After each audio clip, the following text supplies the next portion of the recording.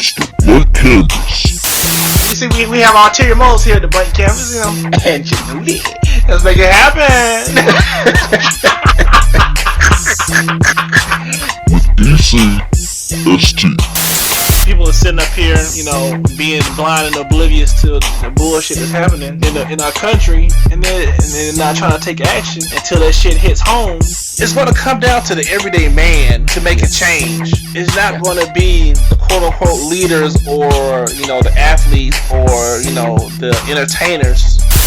I mean, because my mom tells me stories about different doctors who find cures for different diseases and things, and she always tells me that, you know, they either run them out of town or, you know, they pay them off, they get rid of them because they cure people. You ever notice, like, when something like major going on in sports, they'll like throw out like a sentencing of a cop that got off, but it'd be like going on doing like, you know, Game 7 of the NBA Finals, like Super Bowl. Yeah, all the cops got away with a murder. NBA Finals coming up next. And now, ECST.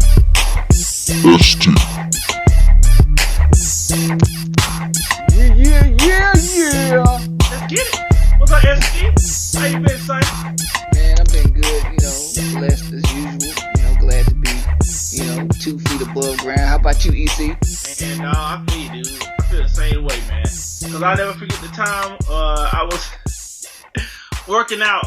I was working out back in college, and you know, so I was on a football team. We had something called Blue Dawn, and like after the workout, I was just sitting there out of breath. I couldn't breathe. Like my heart was about to beat out my chest. And I hit up Jay. I looked at Jay, one of our boys. And I was like, man, we gonna die one day.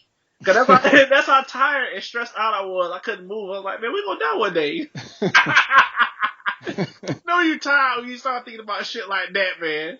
Yeah. That shit was fucking insane. We still laugh about that shit till this day. But yeah, man, it's a blessing, man, to see another day, man. People leaving here. Yeah. Every single day, man. Some kids I've seen it to see 10 years old. You know what I'm saying? Yeah. And there's one boy that was a Patriots fan. He didn't live to be 12, but at least he got to see the Patriots win another Super Bowl before he died. I think he died like the next day after they won. People just need to, you know how we stress this, man, since day one, how important it is just to enjoy every day, man, and just don't let life get you down, man. Don't let it get you down, cause you never know when today could be your last day, man. So live it up. So if you see like a fine woman, a man out there that you want to talk to, man, stop being shy. Go ahead, go talk to him, man. You never know what might pop up from it. You know what I'm saying? He or she could show you the world or open your mind up to new things or you end up starting a business or something. You never know what people can do to your life or bring into your life. You know, or like other opportunities, man. Like I was reading an article a couple of days ago on how to continuously learn after you get out of school, man. We should not stop learning once you leave school. Just don't shut your brain off. Yeah, because if it don't get used like a muscle, it's going to just get worse, man. Either you're evolving or you're going to be stagnant. Yeah. You do not want to be stagnant, especially in Trump's America. Cause you really get left behind Trump America if you don't evolve, especially for our melanated people. Like, you don't even want like the status quo in Trump's America. Nah, you definitely don't, dude. You definitely want to keep progressing, man. Always trying to find ways to make a dollar, or always trying to find ways to bring a little bit of joy or happiness in your life, man. Yeah. You know what I'm saying? Even if it's like a 4 for 5, just do something, man. Man, I'm with you, ST, man. I'm trying to, keep 10 toes down, you know what I'm saying? Trying to stay on my grind, trying to get stuff done, but shit, man. Man, this weekend was pretty bland for me, man, because it wasn't nothing really popping except for like the the All-Star weekend, All-Star basketball weekend. Not really popping, man, unless you're there. Nah. You know what I'm saying? Pretty much. Yeah, unless you're there, then it's it's popping. But speaking of which, man, Gilbert Arenas' petty ass went on Instagram, and how about that dude said, if you were born in the year 1983 or under over, he was like, you stay your ass home. You had your chance with Kobe and Shaq and all them. Let these young girls get a chance. Wow. Young girls get a chance to hold out and try to catch them a man. Your time is over. You talking about you need to catch a French R&B cruise. I was like, damn, son. Wow. And his comments were lit up with women talking about, shut up. I can go have fun if I want to. You ain't gonna tell me how to live my life. So it means I'm gonna go gobble some dicks. Basically. You can't tell me not to chase this dick even though I'm 48 years old. 48 years old, and I got stretch marks all the way up from my vagina up to my chest.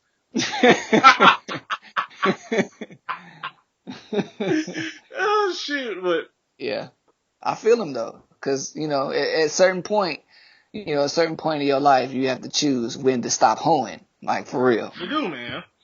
I think that's a wise word, and the people that have a problem with that, it's obvious. They ain't got their life together. Yeah, man, keep it real, man. If you out there still trying to catch a baller, yeah, and you like damn near 40, that is something wrong with that, man. Yeah, I can't even condone that shit. That's real bad. Yeah, that's yeah. He's got a point, but at the same time, Gilbert Arenas shouldn't be the one that's speaking, I guess spitting out truth serum because he got issues of his own. So yeah, he should let like his manager or something like that tweet that or something. Yeah.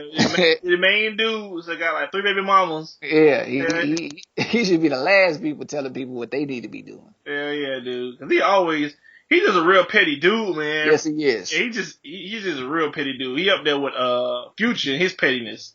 Yeah. It's pretty bad.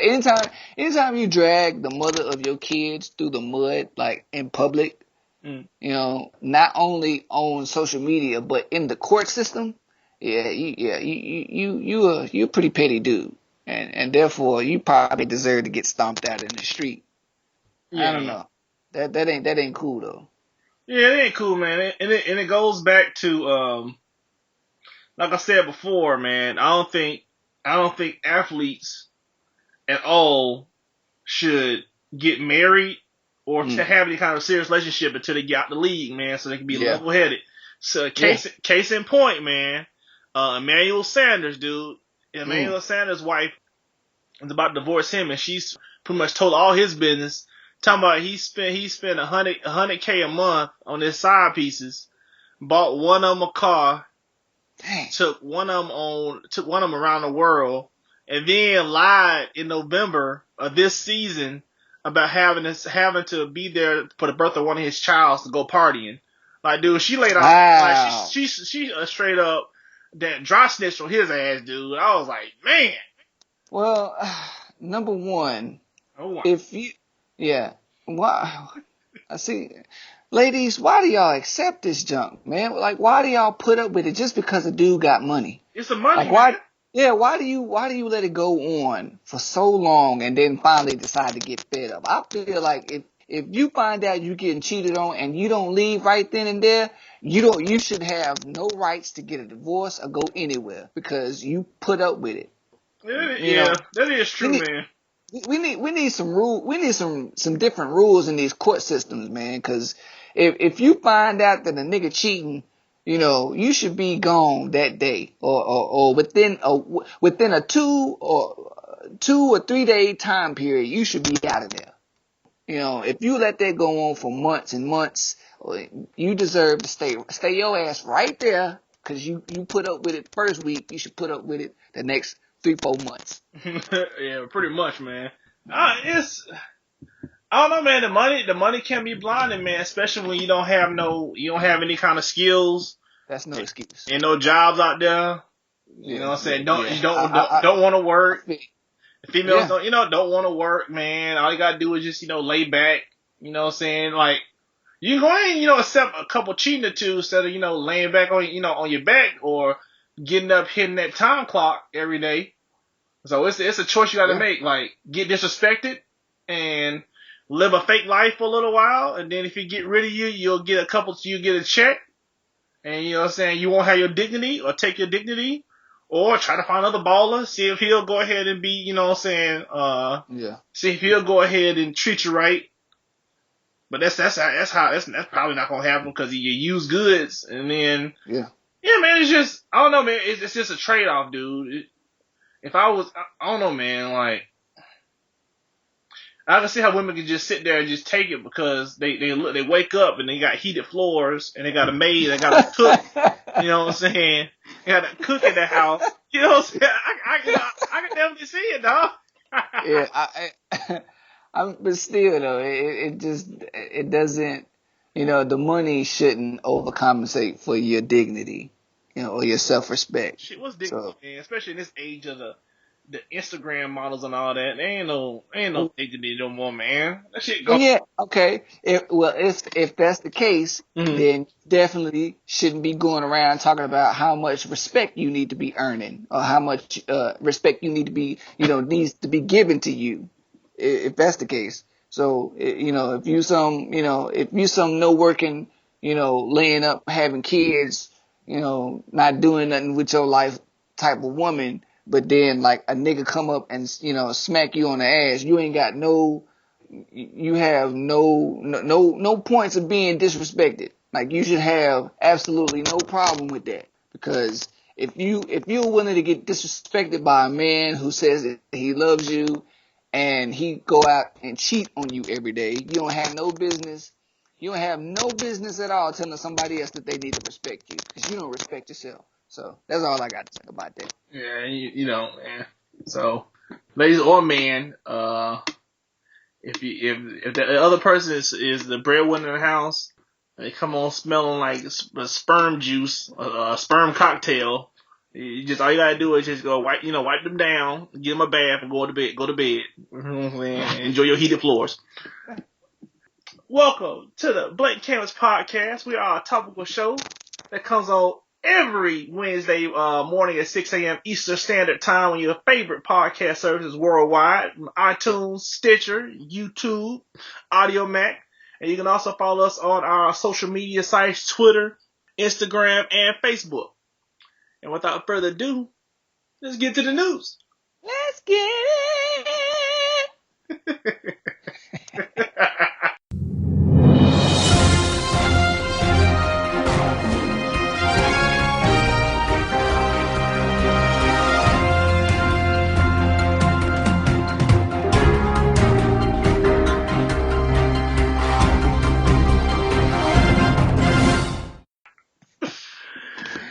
Shit, so what you got, ST? Man, I didn't have very much. I just I know you talking about the All-Star weekend this past weekend, man, and although I don't listen to what he says, Stephen A. Smith kind of made a good point, and he said that the All-Star weekend sucks, and I had to agree with him, because if you think about it, the mystique of All-Star weekend is gone. It's nothing. It's not as good as it once was. You think about specifically the dunk contest, and they pretty much, like, I feel like the dunk contest is only for no-name people to get a quick couple headlines for 2 weeks until fans figure out that they don't do nothing when their team is playing. Then you're back on the big stars again. So and they changed the format. So for next year, the slam dunk contest, it would take place on Sundays rather than Saturday, and I don't really see that being a fixture. I don't see that being a solution. So like what's gonna have to happen in order for this All-Star weekend to get back popping again? Because this junk sucks, man. Oh man, I don't know. Cause they had a skills challenge, they had a 3-point contest, and those can be exciting. I think it's really can't say player participation, because all pretty much the high marquee players do participate in those skill challenges except for the dunk contest. Yeah. So I don't really know what they could do with that competition, really, but one thing I wanted to get on was, man, do you think it affects LeBron's, iconic status or popularity for him not ever doing a dunk contest?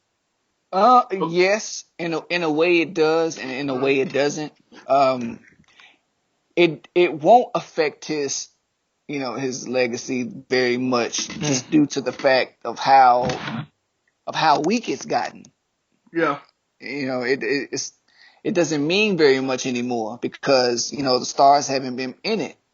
But it would hurt him because if you think about all of the great stars of the past, everybody that's been able to do it has done it. So it looks as if LeBron is making himself out to be too good for it. So when the best player in the world is too good for the dunk contest, then you already know second tier, players that don't really mean very much to, the average fan, they're not going to be, participating. And it would have been okay. LeBron could have saved himself if this was like 5 years ago. If this was like 5 years ago, and he participated in the dunk contest, I think it'd still be pretty strong right now because you'd have people like Kevin Durant in it. You'd have people like Russell Westbrook in it. Anthony Davis will probably be in there. But it's a simple fact that, everybody is following LeBron's lead. So if he doesn't participate, nobody will. Yeah, man, you're right, dude. Like everybody is pretty much on whatever LeBron's doing, I'm doing. Especially KD. Yeah. Pretty much everybody in the league, man, besides Westbrook. Like everybody's doing this super friend shit. This is gonna he pretty much dictated this era of basketball. He had that much power, man. He like everything that LeBron did is kinda like gospel for this era of basketball. Yeah. Whatever he does, everybody else doing. Like it kind of hurt the game. It hurt the competitive balance because now when you look now, man, y'all keep it real. When y'all look at the NBA, y'all like, man, there's only like 3 or 4 teams that have a chance to win a championship. That's it. Yeah. And then kind of like, in the 90s and the early 2000s, it was almost still the same, but it was like the parity was a little bit wider. Yeah, there was more variety as far as star power was concerned. Yeah, everybody was meshed on one fucking team. Yeah. I mean, I think the way they, bargained the new CBA, I think they're making it harder for teams that for players that want to leave their original team to go to other teams, simply because, they're allowing you to make more money if you stay with, your current team. So, I think that gives the player more incentive, but, it's gotten to a point where players don't even care about losing money now. Like Dwight Howard. Yeah, Dwight, beginning with LeBron and LeBron's big three, not Kevin Garnett and their big three, but LeBron's big three. Yeah. So that's when they really sacrificed. All the players of the team sacrificed in order to play with each other. So you look at the parity of what they did and what it is now.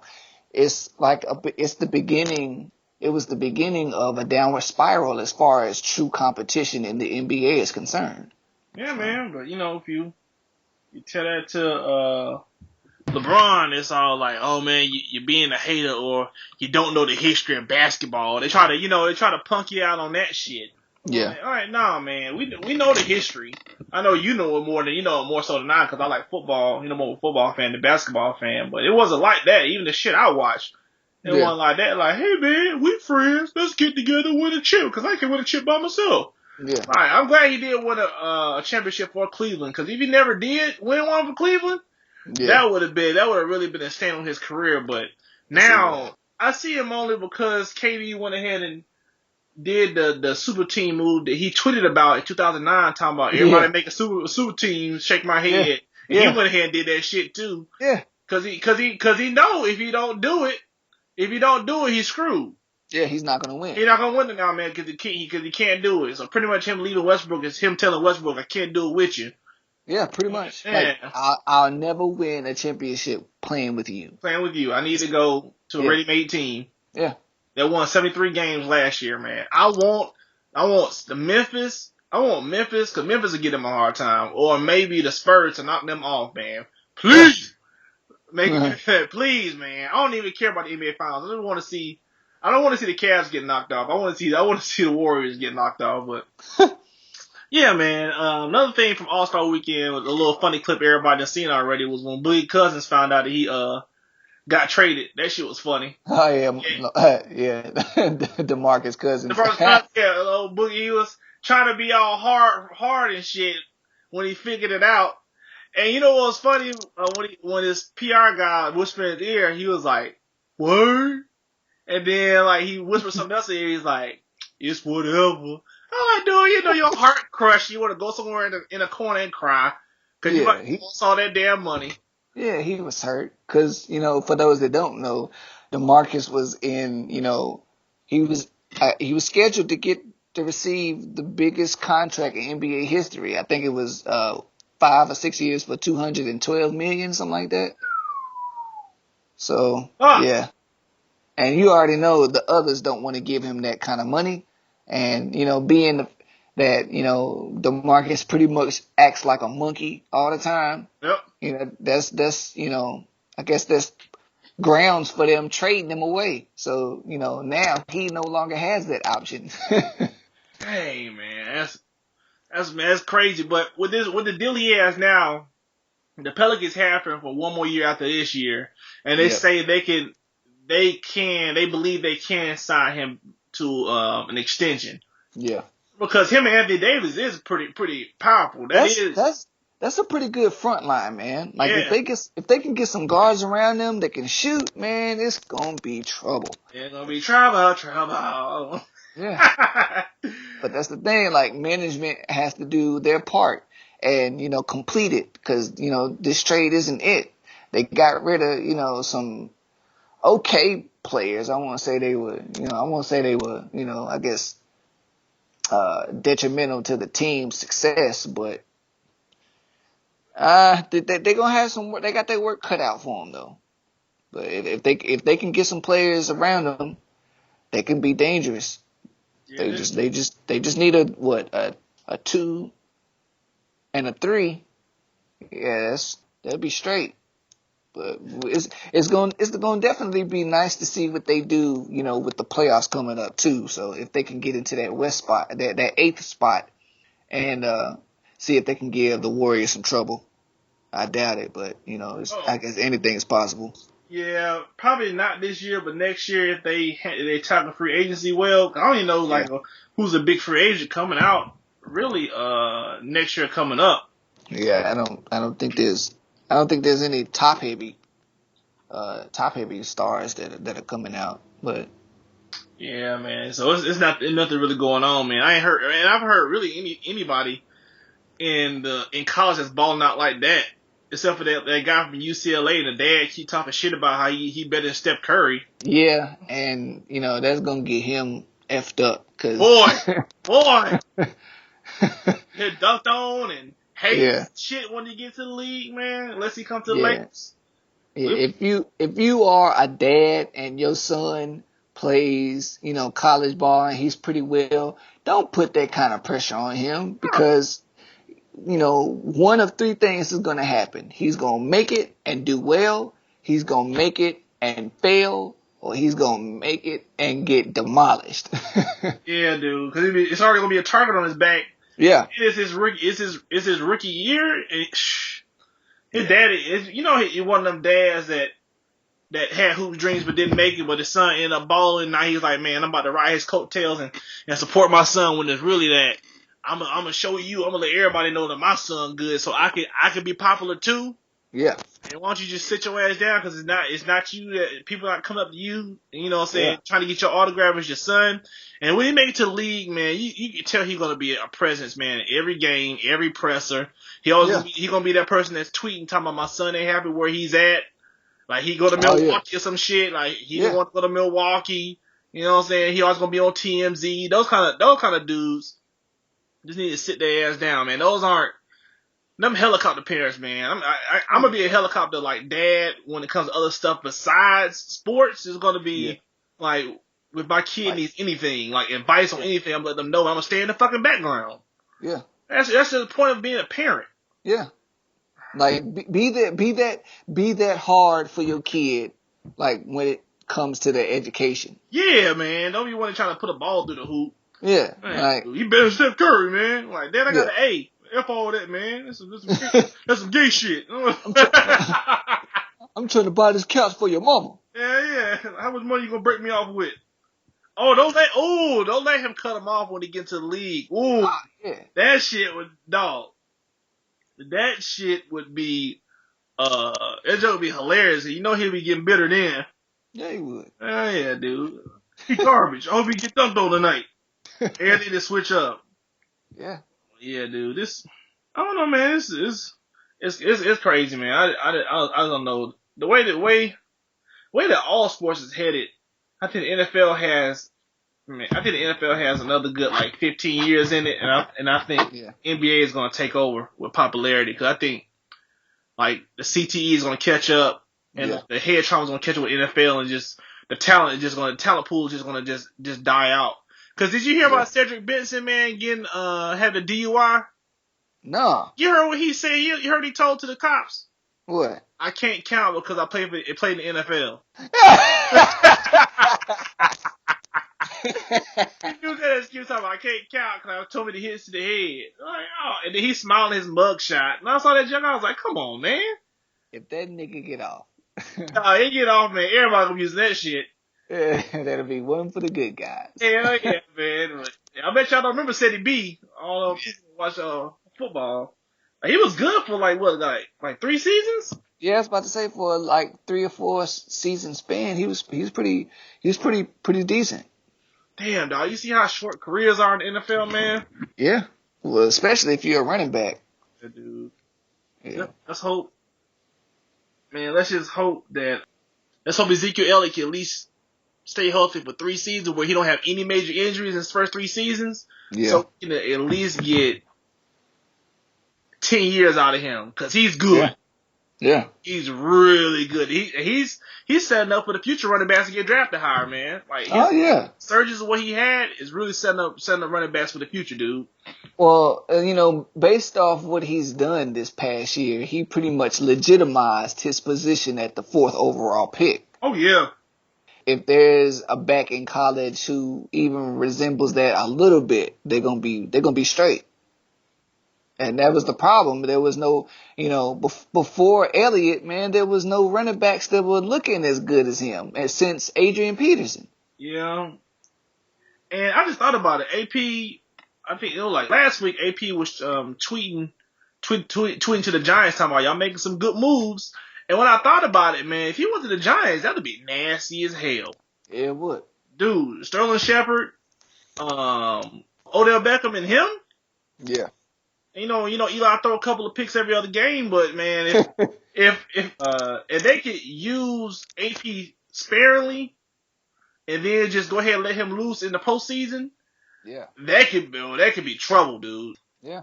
That could definitely be trouble, man. But like, this is my favorite part of this. I'm gonna keep it real, man. This is my favorite part of the NFL season, the all season, because man, free agency coming up. See all the moves. Hell yeah, dude! I love like being at work or being out and just my phone like beeping and seeing somebody get traded. Dog, you know what's funny as hell? Did you hear about where Romo want to go? What, to Houston? No, he want to go to Houston or he want to go to the Kansas City Chiefs. When I thought about that, I was like, what does Alex Smith think about that situation? Yeah, exactly. And here's the thing, like, it would be the perfect reason for him to pull the trigger on that. I'm talking about Andy Reid, of course. Exactly, dude. Exactly. Yeah, if he's smart, man, he'll do that because, as you said, I think it was 2 episodes ago, he's not going to win with Alex Smith. He's just not. Oh, he's not, man. They should know that shit by now, man. That save ball does not win fucking games. It don't win games, man. It don't win playoff games. Nah, definitely don't, man. Because you gotta let your nuts hang. Yeah, they usually do pretty good during the season. It's just when it counts, that type of play just doesn't win. Mm. And, for the Chiefs brass to keep him employed like that, especially after 2 seasons of this. Like, let's see. Yeah, they lost in the first round last year. Yep. So yeah, come on, man. You need to pull the trigger and do something, man. Because Andy, I'm telling you, if you go through another season with 10 or 12 wins and you get to the first round and get knocked out again, it's over for you. It's over, man. And you know what's crazy? What happened to Alex Smith? What happened if Alex Smith gets cut? He goes back to the 49ers. That'd be full circle. Like, how did I end up back here? That'd be funny as hell because it's possible. Because he would be a better option than Matt Schaub and Brian Hoyer. Easy. Yeah. Starting out because they're trying to rebuild. Yeah. Man, that would be funny as hell, dude. Oh, that would be funny as hell. Like, how did I end up back here? But we'll definitely see, man. But because he's not gonna stay as a backup because Romo gonna get hurt. Yeah. But who wants to back up, Tony Romo when you were the man and you did win games? But yeah, dude, I can't. Oh, come on, March, come on, dude, I can't wait for this shit. But and we got anything else for news, man? Unless I guess unless you want to talk about how gullible and stupid people are, pertaining to LeBron, quote unquote, getting the hot boys back together while they were in New Orleans. Yeah, man. Yeah, so that shit blew up on Twitter. At Blake Kim's ECST over the weekend. It was like LeBron the GOAT. I was like, man, what they D-Rod this dude for now? And then I saw he like brought the hot boys back together. And then I watched the video. He was like, and then all right, man, y'all gonna call me like a LeBron hater, man. But this is the thing about LeBron I don't like. Number one, the nigga corny. And if you're a corny dude and you like LeBron, your ass probably corny too. And let me tell you why the nigga corny, man. Cause like he was there at the event. He was like, man, all right, y'all stop, man. Y'all be quiet, man. Y'all just don't understand how monumental this reunion is. And how much hard work it took to get it together. I was like, dude, shut up, man. It's like 3 phone calls. Sam will drop some money in your account. You know what I'm saying? Because all hard up for money except for Lil Wayne. Yeah. Saying like, and then like before we got on the show, y'all, ST was like, if BG wasn't there, it wasn't no fucking reunion. No, it's not. Because if if my memory serves me correctly, he's still in jail.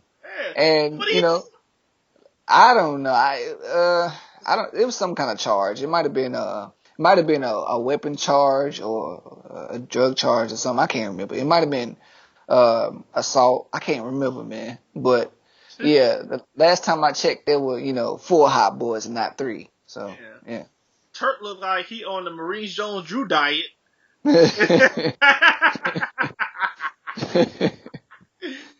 So he was sentenced to 14 years in federal prison. Jesus. Gun charge. Oh, yeah. And witness tampering. Yeah. So, shit, he ain't getting out. Shit, he'll be 40... He'll be 45 when he get out. Dang, son. Damn, man. Fuck. That's awful. I couldn't even think about that jump, man. Speaking of prison, man, I remember I watched a video of these prison workers that were trying to do like, it was like a scared straight, but it was different from a scared straight because all they had was a camera and they were just talking about how they got in jail, and all of them are on pretty much either like long sentences in federal prison or they in there for life. They're lifers. And like, man, like looking into those guys' eyes, man, it's rough looking at that jump, man. It's just trying to scare some kids straight. And he's like, it's like, if I could tell you anything, man, just don't pull the trigger, man. It ain't worth it. Cause one guy, it was like a rival gang went to the movies. They went to the movies too, cause they heard they were there. Yeah. And then that dude, all he did was just shooting the crowd. He wasn't trying to aim at anybody. He ended up killing like a 5-year-old boy. Wow. And dude, he's like, man, I was just shooting in the crowd. I didn't think I was gonna hit nobody. End up, what?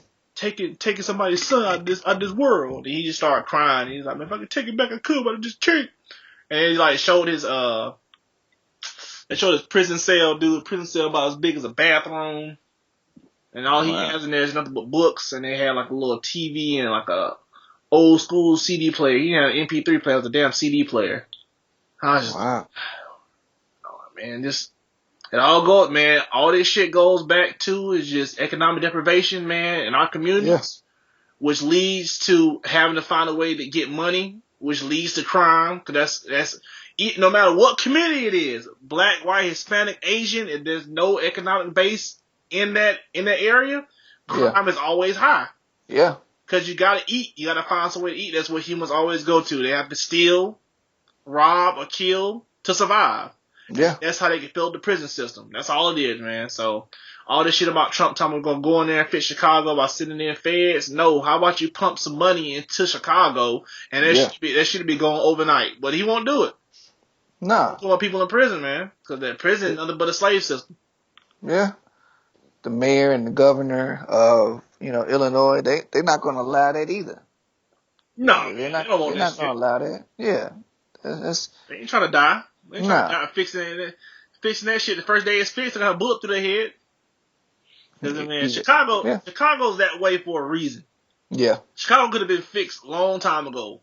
Yeah. They have it that way for a reason, man. So the only thing people could do is just work 2 or 3 jobs and stretch yourself out and just try to get out. Yeah. That's the only thing you gotta just move, man. That's the only thing you can do. Because that's what they really want. They really want everybody just to move, kill themselves, and go to prison so they can gentrify the area. That's what they really want. Yeah. In the end. But we'll see, man. It's about to be wild, man. Chicago, like the next couple of months. Y'all watch out on the news, man, to see how they're gonna just be rounding our brothers and sisters up, man, just for petty charges and put them in jail for 5 to 10 years for nothing, man. That shit coming. Yeah. That shit coming, dude. Yeah. And like the people say, the fucking word I hate, man. Stay woke. Yeah. Bullshit. It's stupid, but it's true. It is, man. It is, dude. Man. And you know what's funny, man, how we were always talking about, like, in the early 2000s, it's the end of days. Yeah. You know, we still here. We still here,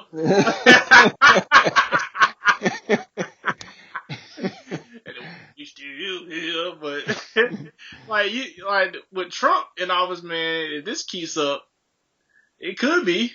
Yeah, it really could. It could, man. It definitely could, dude. Because just like John McCain said, man, the first order to a dictatorship is when you try to control the media. Yeah. Because he tried to say CNN and Fox News and all that. That's fake news, trying to get people listening to the media so he can go and control the narrative. Yeah. Man. And, the irony about that is Fox News usually is on his side. Yeah. I don't know, man. Trump he's trying to pull the wool over people's heads because he keeps saying that we should be friendly with Russia, and he just don't know how much power he's given Vladimir Putin, and he doesn't realize how dangerous Russia is, and I'm telling you, he's gonna lull everybody to sleep, and Russia gonna come in here and try to take over. Yep. Wake up one morning eating screw noggins. Yeah. And I want Russian little Soviet hats and gonna be saluting like Hitler. We're like, man, what the hell happened? Yeah.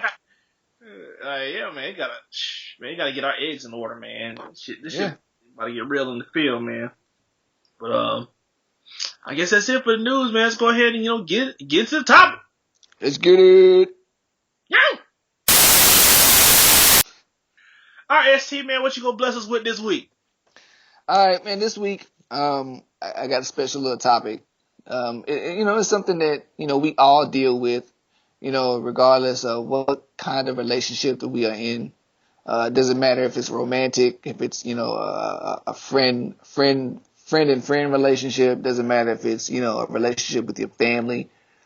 But it's something that at one point or another we all suffer from, and it's something that could destroy us all. And that is selfishness. I was having a conversation with my fiance, and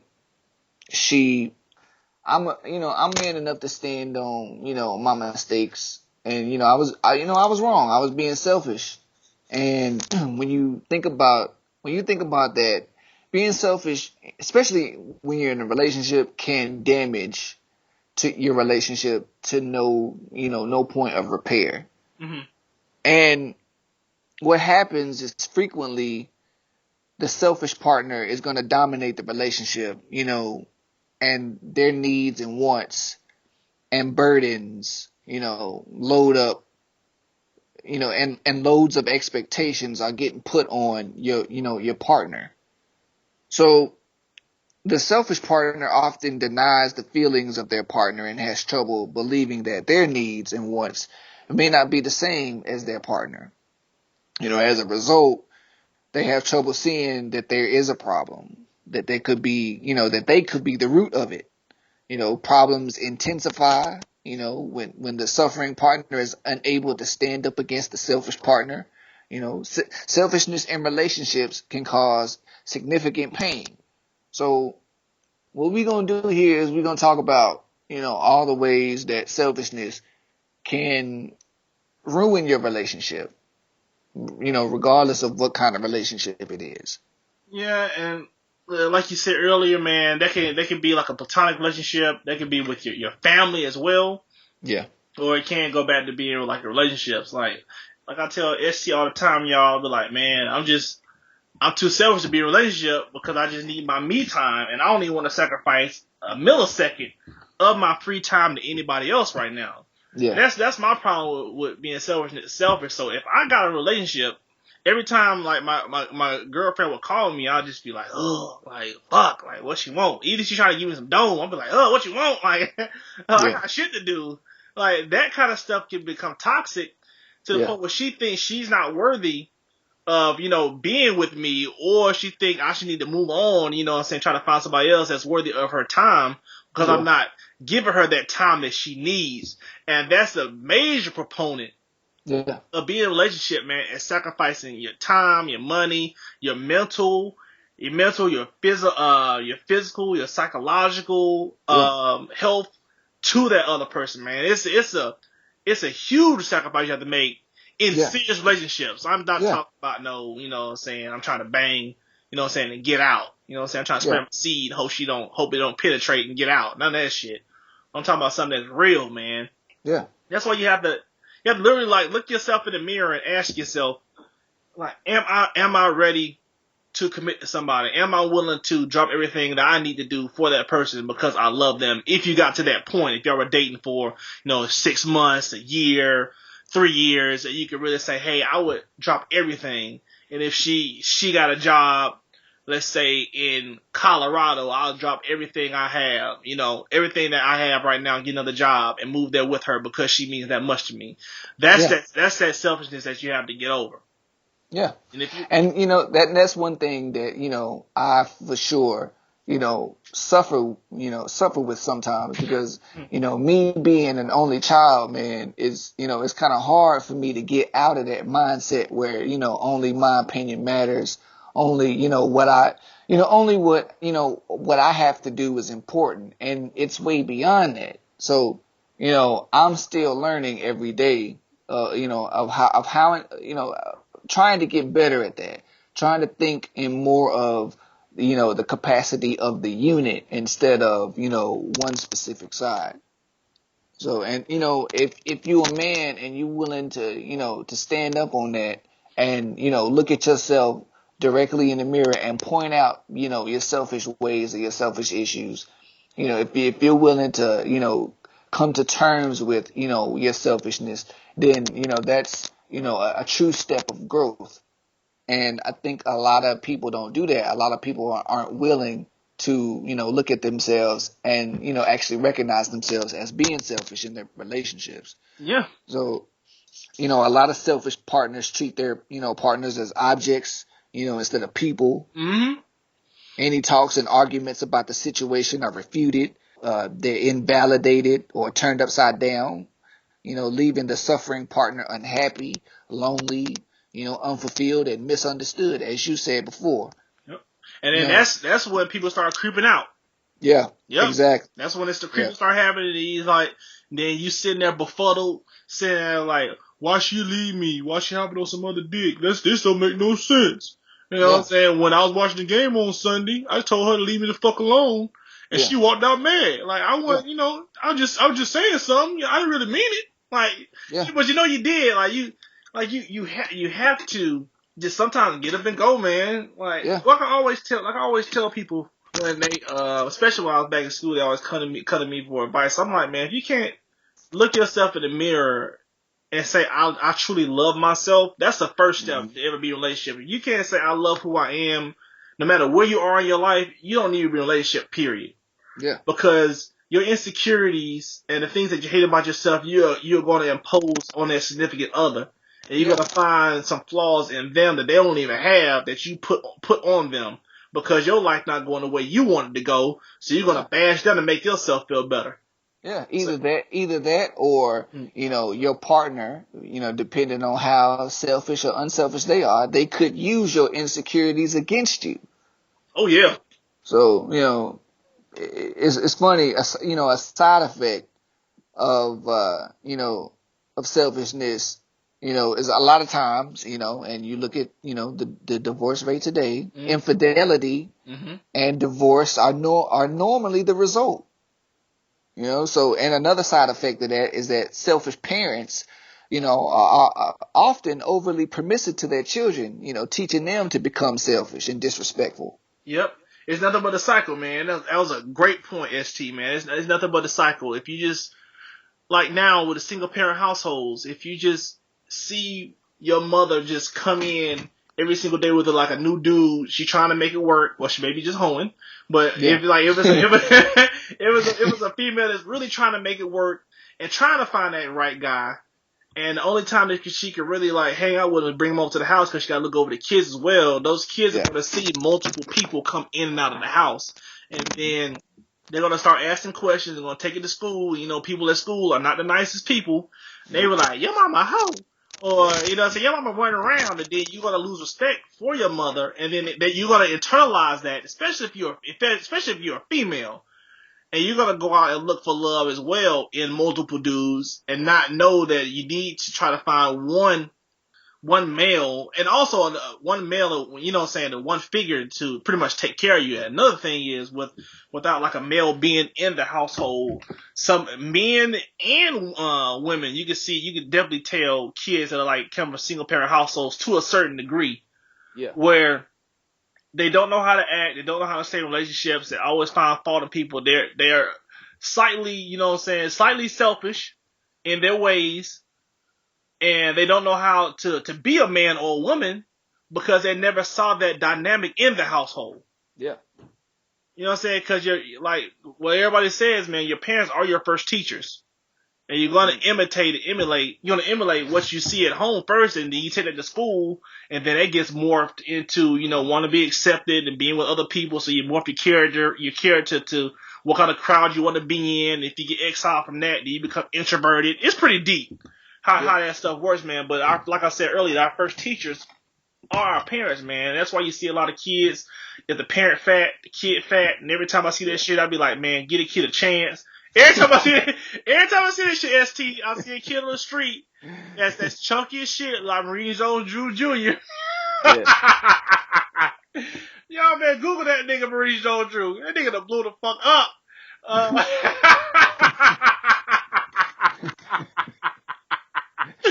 But man, I lost my train of thought.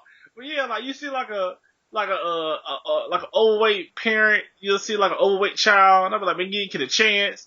Yeah. Or if you see like a insecure parent, that kid take on those mannerisms.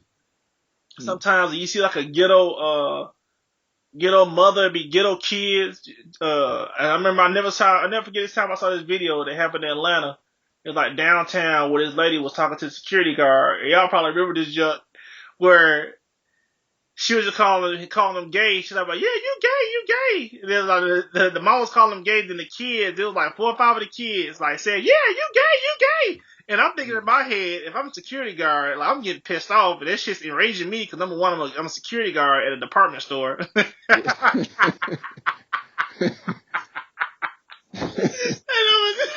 number two, I'm getting disrespected. But so the ghetto queen and her little minions. You know what I'm saying? So y'all know who I'm talking about.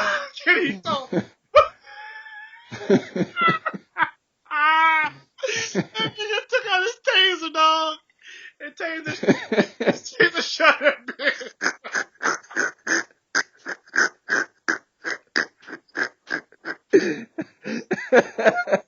Taser shot that bitch and thing like, oh god! Right when she got tased, her body just lipped up, and she just fell on the ground, and all you hear the kids going,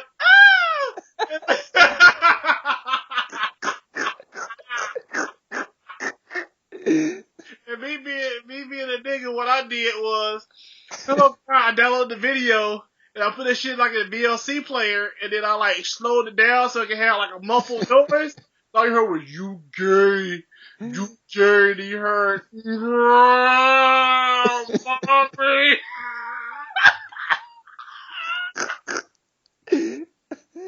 Oh god, I'm crying. I'm sorry. Oh god, that shit was so funny. Oh, that shit was so funny, man. That shit happened like 5 years ago, but that's one of the funniest videos I've ever seen in my life, man. That just, oh god, that just goes back to the dynamic of single parent households. Yeah. And how selfishness can plays a part in a single family household, because the man left, or the man was selfish enough just to use her because he knew that was an easy lay, and they probably didn't use protection. Him being selfish, didn't use protection to not bring any more kids into this world that cannot be taken care of, because he know he's not going to be there for him, man. It goes back to being selfish. Yeah. You know, it's funny. It could take, some people a long time to determine that selfishness is a part of their relationships, especially when, their partner invalidates their point of view. Yeah. Oftentimes the selfless person is made to believe that they are being selfish simply because they have, needs and wants as well. Many conflicts are long-standing before selfishness is identified as the root problem. Many couples won't be able to identify this without relationship counseling, and I understand why counseling is needed, because, it's very helpful with people, especially if they don't recognize what, their problems are. If they can't recognize what their problems are, then, you need a professional that will, help you see the light, and ultimately help you fix or, patch up your relationship. Counseling can help, the couple discuss their problems and, fix them as a team, rather than, as individuals. Sometimes one partner is unable to recognize the selfishness and the role it plays in the demise of the relationship as well. They will often blame their partner and everything else, but not look at their own behavior and attitude. Being told that you are selfish brings up feelings of anger and resentment. And, everyone has difficulty facing their problems, and their weaknesses. And it's particularly hard to hear from someone you love. And, just for me, especially, it was definitely hard to hear that, but I know it was something that I needed to hear, because that's the only thing that I know for sure that it was going to help me straighten out. So, one of the hardest things for the other partner to do is to stand firm against their partner and avoid being controlled by the person that's being selfish. You got to have the courage and trust in yourself. Setting boundaries and setting consequences is the only way to stand firm against the behaviors of a selfish person. Yeah, man, dude. You hit the nail on the head, ST, man. 'Cause there's one thing I hate. Is one thing that I hate, and my sister hate too, is like when we try to tell each other what's wrong with them, and we know what's wrong with us, but we just don't want to hear it. We be hanging on each other. I was talking to her today, and she said some stuff about me that I know is true, but I hung up on her. I was like, man, I don't want to hear shit, because like Usher said in that song, truth hurts. That shit hurts, man. Like, when you have a significant flaw that you try to change, but you just can't change it. Yeah. Because you're stubborn. Yeah. It's kind of, you kind of think it's gonna be with you for the rest of your life, man. It stings to hear it, man. It's hard to sometimes be like, say, you know what, you're right, Yeah. and I'm gonna try to change. In the back of your head, you're lying, man. And so that happens to me a lot, still to this day, man. But we're all trying to evolve, emotionally, mentally, and physically, trying to, evolve every single day, man. But it gets rough. Yeah, it does. People get stuck in their ways, man, and some ways need to be broken. Yeah. And like you said, like, that's another thing with us, man, as a people, man, we don't like to go to counseling. We should. Mm-hmm. No telling how many marriages could have been saved in the black household, the black community, if we would have just taken our time to go and talk to a therapist for, for 30 minutes. Like, and there's nothing wrong with that, man. It doesn't make you more or less of a man or a woman, or makes you weak. Sometimes you need to get a third perspective. You need a third person view on things, man. Yeah. Yeah, there's nothing wrong with that. And sometimes I think what happens is, especially, as a people in our households, we just get, the people that will point out the problem and, in turn not motivate them to change or, encourage them to become better. We just point out what's wrong. But in this case, you should not only point out, when your partner or whoever is being selfish, but point out the good qualities also to encourage them to be better and motivate them to change. Because being polite and firm in your request will hopefully have an impact on, the selfish person's behavior. Try to understand what motivates the selfish person to become selfish and look for ways to, solve those problems. Especially, relationship counseling or help from a therapist can help your partner recognize their own selfishness, as well as help you recognize your own. Therapists have the ability to teach the couple how to understand one another and help them make steps towards a positive outcome. It's funny, in some cases, people, will not change their selfish ways without some type of major change in the relationship. A relationship in this state will need intensive work from both the couple and whoever the counselor is. It may already be too late to be saved, but, selfish individuals often like to be in control, and they will have difficulty changing their behaviors, as EC said before. It will not be easy on the relationship, and if change is only initiated by the threat of divorce, separation. Yep, I was about to say that. Yeah, it's often a lost cause. Yeah, it's pretty much almost, it's already a done dilly if it gets to that point where it's like you gotta make an ultimatum. If it gets to that ultimatum step, it's already too far gone. Yeah. It's like strangers living in the house together by that time. If you haven't gotten to that point where you want to be, you want to man up, even though sometimes you got to man up, even when you know that the significant other is wrong, just to keep everything going straight. Sometimes you gotta take the L, man. And as men, we hate taking a fucking L. I don't care what it is, dude. I don't care if motherfucker jump me in line. That shit piss me off. If somebody gets in front of me in the highway and they like swerve in front of me at the last minute to get on the exit, that shit pisses me off.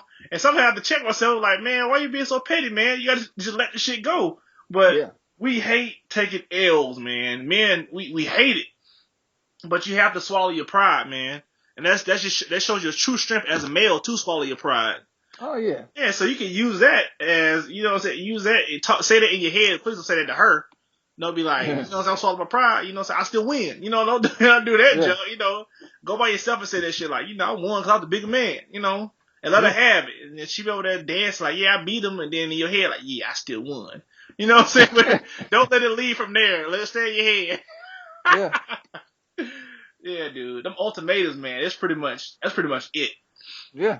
If it gets to that point, she was like, you need to change this, this, and this, or I'm leaving you in like 2 months. You might as well just go ahead and say, man, sign here and here. It's done, man. If y'all fell out of love like that, Y'all already fallen out of love. Yeah. Huh? And that's the thing, man. Change shouldn't be the consequence of a serious threat, of ending the relationship.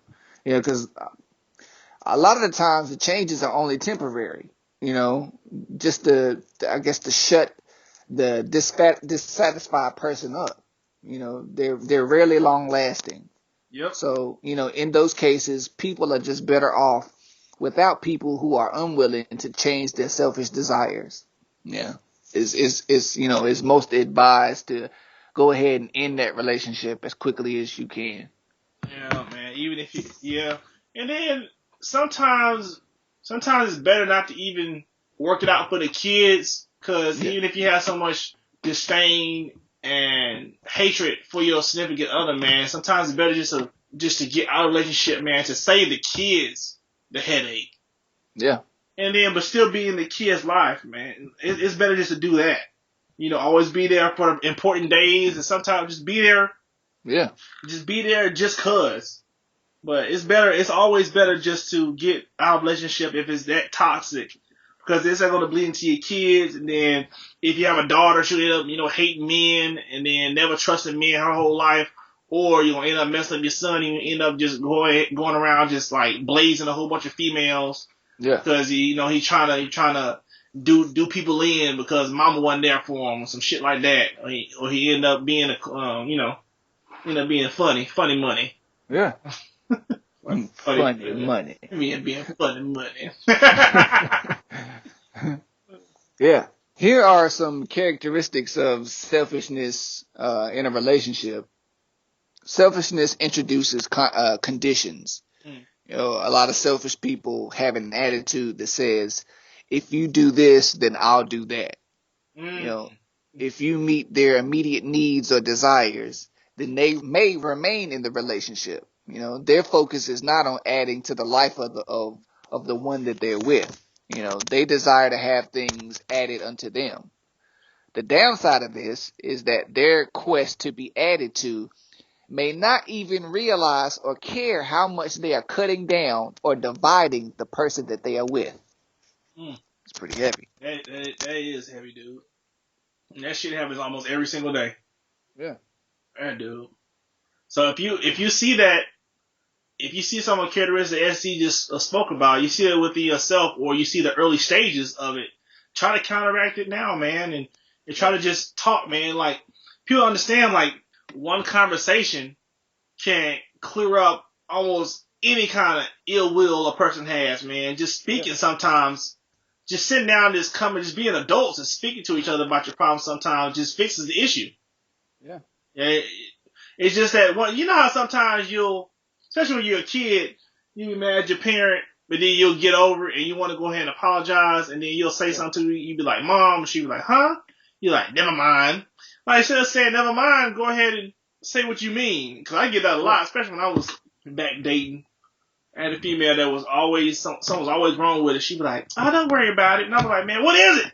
And then she'd be like, why are you yelling? And I was like, all right, man, bye. Like, and then you know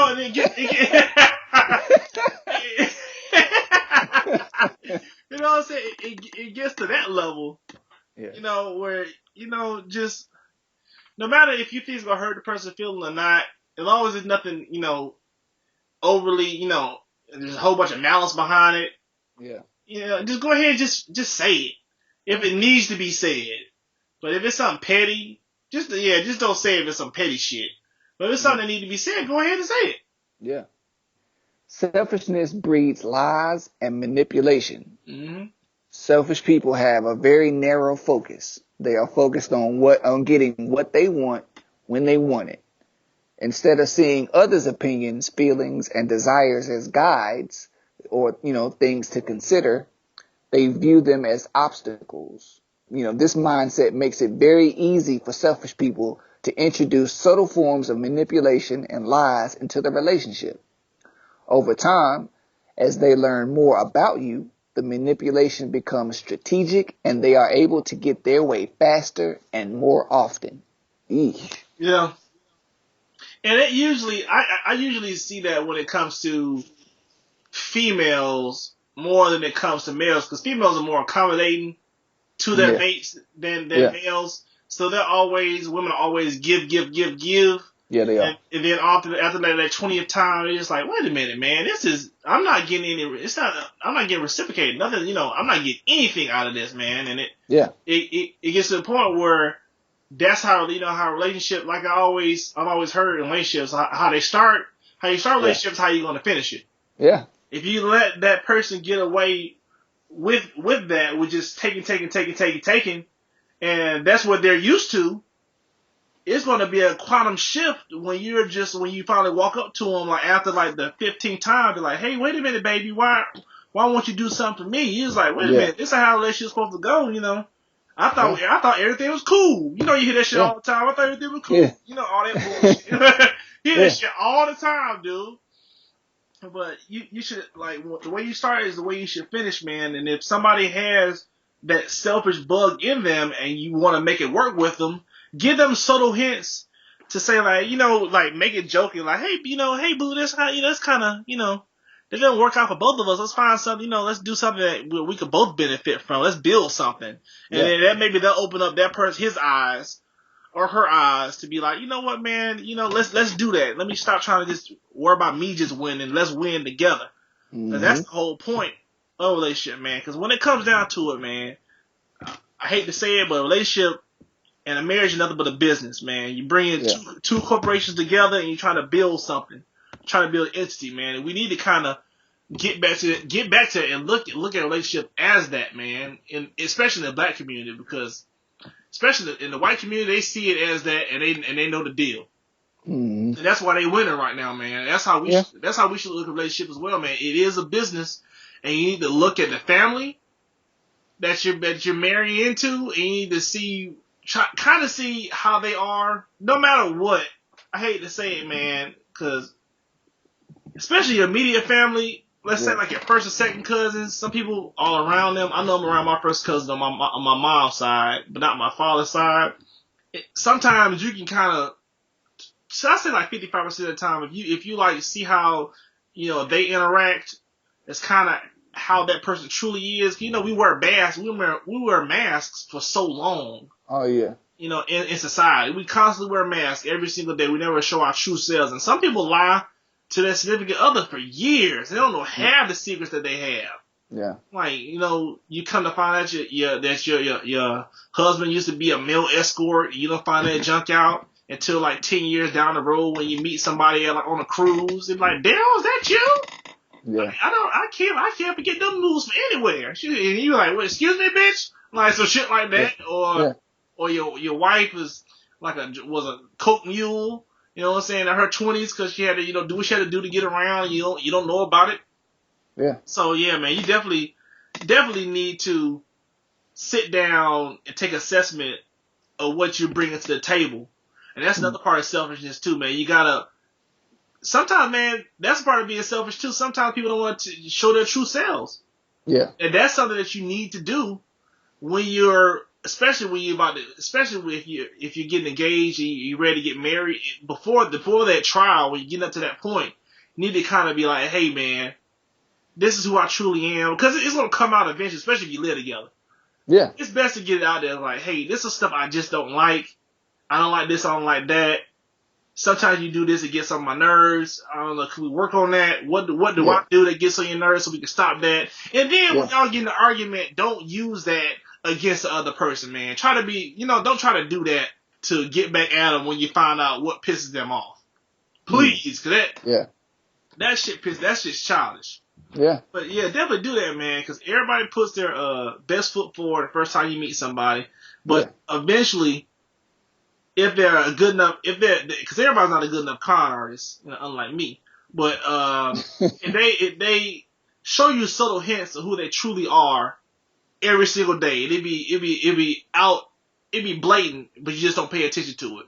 Yeah. Like if you see like a dude that you're dating, every time you're around you, he seems like he's always busy, always proactive. But then when you go to his house is like in shambles, got roaches everywhere. Deep down, the nigga probably lazy. Yeah. Yeah, or he just unkept. Or you can look at his car. His car got a whole bunch of shit in it, and he's not tidy. That's another form of laziness, just being undisciplined. Yeah. Yeah, man. So you gotta look for the signs. You can look for the signs of selfishness in people too, without them even telling you it. Mm-hmm. Yep. I'm actually glad you said all of that, because my next point is selfishness has roots in insecurity. There you go. Selfish people focus on covering themselves because deep down, they really don't believe anyone else will truly have their back.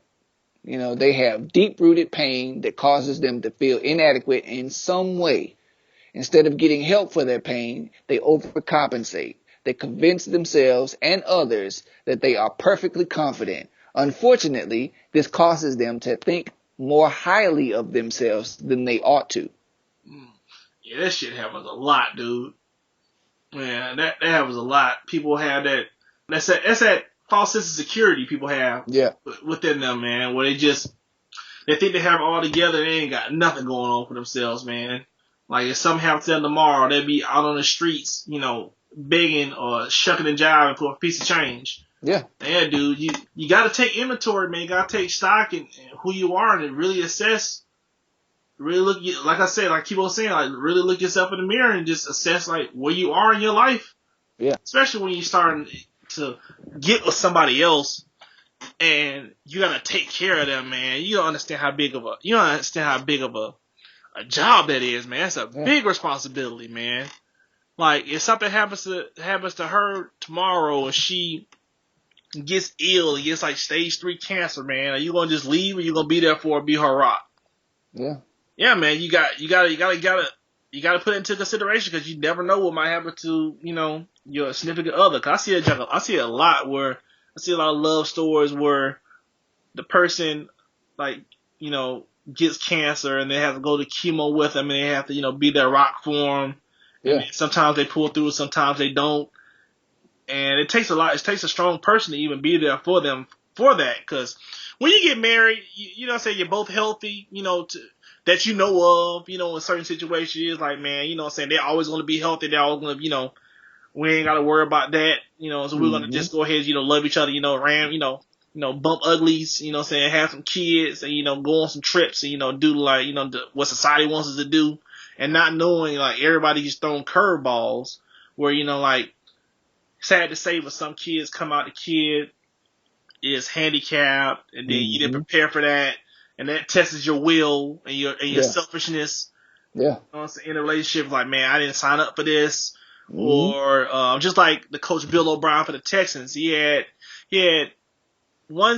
two sons. Yeah, you know what I'm talking about. His middle child or his third child was I think it's his second child. Second child is pretty much like a quadriplegic. He can't pretty much do anything for himself. Yeah. And usually kids like that live to be real old. And you have to be strong, man. He has a strong wife because he has to coach. So she don't have to worry about the financial side of it. You have to just worry about taking care of your child. Yeah. Yeah, man. You got to kind of, you know, you really can't determine that, but you got to kind of look at, you know, did your significant other ever do drugs? Did they ever were they ever selfish enough back in the day, you know, do hard drugs? Did they ever smoke? Do they excessively drink?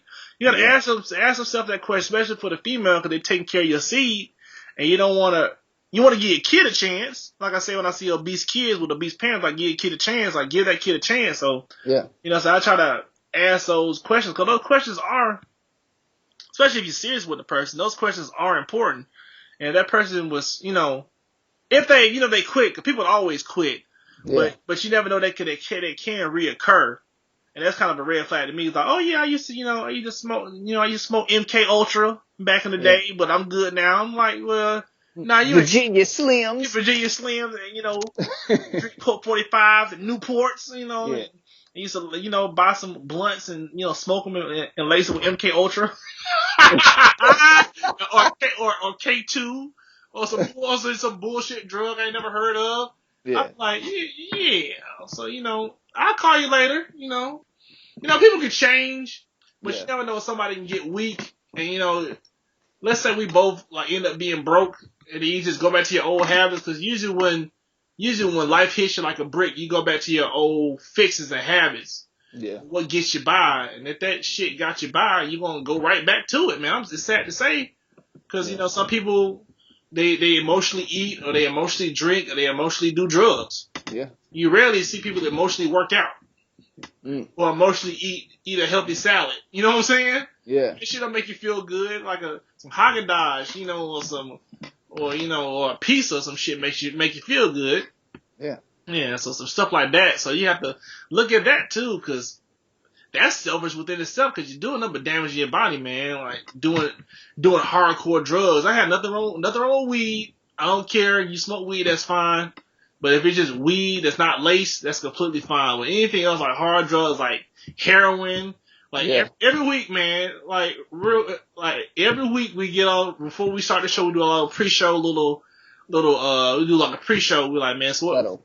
Like a pre-show huddle. Like a pre-show huddle. We just be like, hey man, what we will talk about? And then like every time I look up news articles, I'm seeing people get ODing on heroin. And then Did you hear about the latest case in Ohio? Man, what? Yeah. Come on, man. That was, I think when we talked about it last week, it was Louisville. And I think in the same week, like it might have been that Friday, they had all those cases in Ohio. Wow, dude. Heroin is getting, man, middle America, dude. It's taking up, dude. Yeah, it is. Yeah, man. I didn't know it was that bad, dude. Yeah, it's pretty all. I don't know, maybe people are, tripping out over, what's going on with Trump and everything. Yeah, Trump's in office. Woo! And hit that needle. I just saw a video. 2 days ago of a woman experiencing heroin for the first time, and she was on the ground just moving in agony. I'm like, why? Like she was in her drawers. She kicked down her door, kicked the door off the hinges in the kitchen, just kicking around, flailing around. And the guy was like, "We gotta go, Kathy. Get up, Kathy." And then all she was doing was just, her body was just moving. That junk was just in her, just destroying her. Wow. She didn't seem like she was enjoying the high. She was in fucking pain. Yeah, man. That's selfish within itself. Yeah, it is. Yeah, man, shit, like. Especially if you got kids or you got, people that depend on you. That dog, speaking of kids, man, I never forget that time I saw a video of these two white people were OD'd in the car and had the kids in the back. Yeah. Yeah, I think you saw that video. They were just gone. And then, you know, black people came by like, "You niggas out of here. They gone, dog. They gone." Yeah, dude, I never forget that. That video was disturbing, man. Yeah. That stuff was within itself, man, where life beating you down. I know life is tough. Trust me, man. I'm a African American male in fucking America. That shit's tough, man. But you don't see me doing no damn drugs to get by. I got enough worries. Not enough things to worry about, man. Yeah. Dude, I don't understand it, man. You got pretty much the whole script and the whole playbook is built for your ass, and you still out here doing heroin and shit because you can't cope, man. Get the fuck out of here with that shit, man. That's selfish. That's real selfish, dude. I don't understand it. The system made for you, and you still fucking up? That's on you. I'm sorry. Yeah. The system's made for you, man. Yeah. I hear this shit. Selfishness blocks the building of trust. And this is actually complimenting what you said a little bit earlier. Mm-hmm. Loving with condition is based in selfishness, and selfishness will never allow you to give someone the benefit of the doubt. If you do not offer the benefit of the doubt in a relationship, you will never understand what it's like to love freely. Instead, you will live in situations where you never trust that the other person has your best interest in mind. Also, to compound that, selfishness is impossible.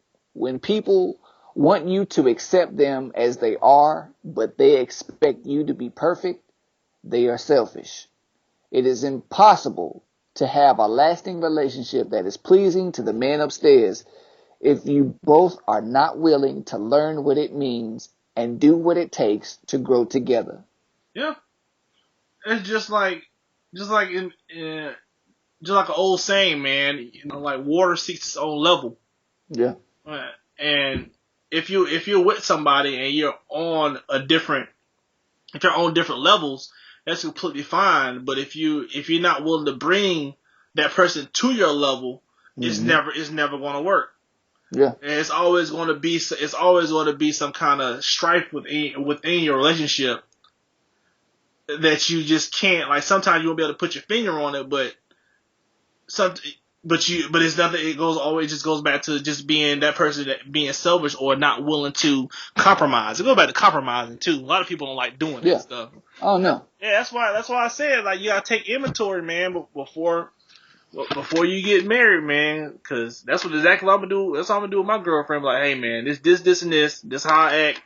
This where I want to go. This where I'm trying to take us.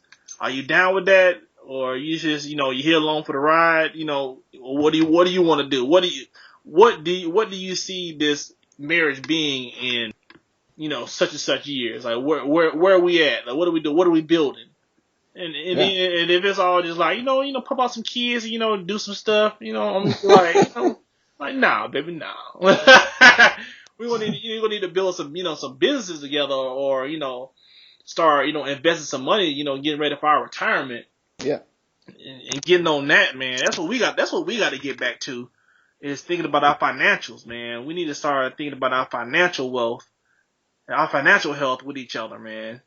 Yeah. Like, it comes to, like, everybody not perfect, man. Everybody got student loans. I got them, and everybody in debt, Not everybody, but most people are in debt. And you don't want to bring that into a relationship either. You kind of want to get that shit squared away before you get a relationship, because number one reason why people get divorced is money. It's finance. Yeah. Financial reasons, yeah. Financial reasons always the number one reason why people get divorced, because you can't get a fucking house, you can't get a car, you can't get any assets, can't get no cosign, you can't get shit, dude, because your fucking credit messed up, man. Yeah. So get that shit together as well. Yes, being selfish and bringing that debt on to that other person. That's being selfish. Knowing you got the shit. Well, it also depends on what kind of debt. Like, if it's student loan debt, then that's fine. Yeah, that's something that you did to make to better yourself. If it's like credit card debt that's like $100,000, you need to sit your ass, sit your stinking ass down somewhere. Real talk, dude. Yeah. If it's not credit card debt that is built up for you to be a better person, but it's just because you want some shit. And you couldn't wait, man. Yeah. Or you couldn't afford it in the first place. Yep. Then yeah. But that's it, man. Selfishness. We trying to, as we said before, trying to, create a new wave of folk, man. We trying to, create a new way of thinking. Try to get everybody on the same wavelength. It's imperative that we all start thinking alike. We all start, living for each other. Yeah, man. Start this movement, man. That's how it should be, man. Like, when you get married, it should be like y'all minds are melded. Y'all like a cohesive unit.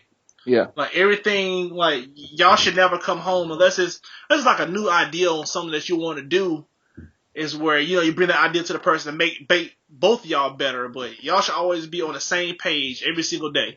Yeah. And if not, you need to get on the same page, because if not, that's when stuff start happening. That's when people start creeping out. Yeah. That's when people start getting their own ideas, or, I'm gonna do me. You know what I'm saying? You do you, and then you end up having a bitter man and a bitter woman. Yeah. People, you know what I'm saying, and a whole bunch of side pieces, and kids getting brought up and don't have no fucking father or mother, and getting tased in downtown Atlanta. Yeah. I ain't got anything else, man. So, you got anything else, ST?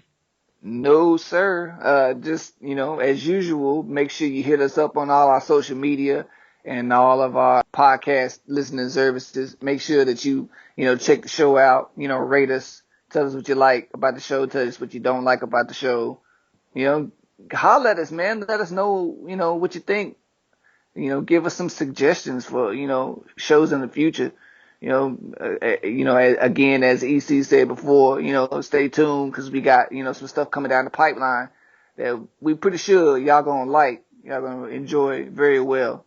So just, remember to keep your wits about you, keep your eyes open. Remember to, if there's no light, you must become the light. So be the light. And, ignorance is not a handicap. It's a personal choice. I think that's it, man. Man, y'all stay blessed, man. Stop being fucking selfish. Yeah. It's 2017, you know, as they say. It's a new year. Yeah, new year, new me. Like, let's fucking do it then. Let's go. Yeah, whack nigga. Yeah. We already through a month and a half. Let's get this shit cracking. Let's get it, y'all. Episode number 46. Niggas, we gonna holler at y'all next week. Peace, bitches. Thank you for listening to Black Canvas Podcast. We'll see you next week. Oh, no.